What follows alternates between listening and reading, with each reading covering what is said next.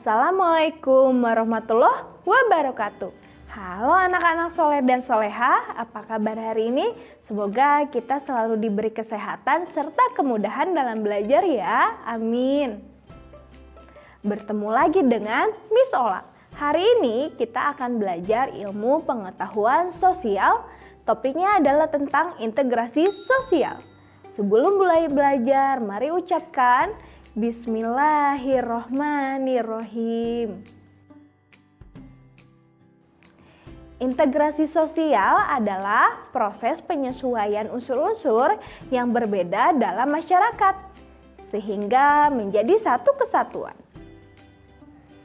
Unsur-unsur yang berbeda seperti ras, suku, etnis, agama, bahasa, kebiasaan, dan yang lainnya.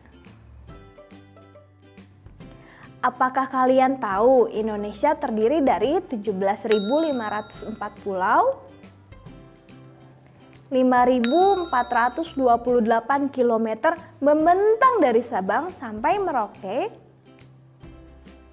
1.128 suku bangsa, 746 bahasa, dan 6 keyakinan agama. Keanekaragaman tersebut bisa menyebabkan perpecahan atau konflik jika tidak disikapi dengan baik. Sehingga diperlukan integrasi sosial agar dapat hidup berdampingan dan mengurangi kemungkinan terjadinya konflik sosial pada masyarakat. Di tengah keragaman budaya Indonesia, integrasi menjadikan interaksi sosial yang positif. Syarat terbentuknya integrasi sosial adalah anggota masyarakat atau kelompok masyarakat bisa saling menghormati, menghargai, serta bertoleransi.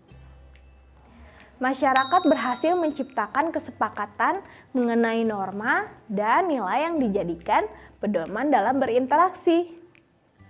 Kemudian berhasil mengisi kebutuhan-kebutuhan satu sama lain. Nah, bentuk-bentuk integrasi ada integrasi normatif adalah norma-norma yang diberlakukan di masyarakat seperti dipersatukan oleh Bhinneka Tunggal Ika. Kemudian integrasi fungsional, yaitu fungsi yang berlaku di masyarakat seperti fungsi adat Minang yang pandai berdagang. Kemudian ada fungsi koersif, yaitu integrasi yang dilakukan dengan cara paksaan, seperti pihak yang diajak untuk melakukan integrasi sosial enggan melakukan integrasi. Proses integrasi dilalui oleh dua hal. Yang pertama ada asimilasi, adalah proses pembentukan kebudayaan baru yang menggantikan kebudayaan asli, seperti bangunan masjid, yang berpadu terjadi antara seni budaya arsitektur Indonesia dengan corak budaya Islam.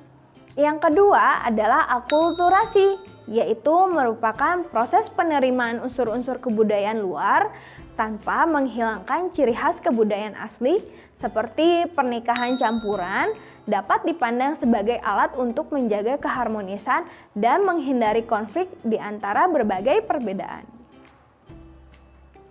Nah, faktor internal, yaitu adanya sikap saling menghargai dan toleransi antara individu dan kelompok. Kemudian adanya sikap terbuka terhadap perubahan. Kemudian adanya kesadaran bahwa manusia sebagai makhluk sosial akan selalu membutuhkan orang lain.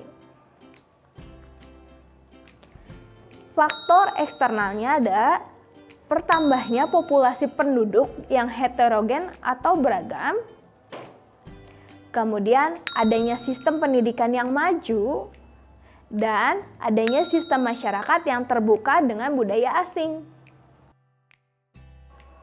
Nah, faktor penghambat integrasi sosial dalam faktor internal adalah adanya sikap individu atau kelompok yang masih sangat tradisional.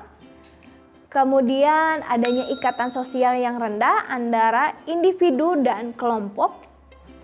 Dan yang terakhir, adanya sikap curiga dan prasangka terhadap kelompok lain. Nah, faktor eksternalnya adanya kesenjangan sosial yang memunculkan kecemburuan sosial antara kelompok. Kemudian adanya ketidakmerataan pembangunan, perkembangan ilmu pengetahuan yang lamban, dan adanya sistem masyarakat yang tertutup dengan budaya asing. Tafsir dalam surat Al-An'am ayat 153 mengatakan, "Dan bahwa yang kami perintahkan ini adalah jalanku yang lurus. Maka ikutilah dia, dan janganlah kalian mengikuti jalan-jalan yang lain, karena jalan-jalan itu diperintahkan Allah kepada kita agar kita bertakwa." Baik anak-anak soleh dan soleha, itulah materi yang bisa disampaikan pada kesempatan kali ini. Mudah-mudahan apa yang disampaikan bermanfaat untuk kalian semua ya. Mari kita akhiri pertemuan kali ini dengan say hamdalah. Alhamdulillahirabbil alamin. Stay safe, stay happy, and stay healthy. Wassalamualaikum warahmatullahi wabarakatuh.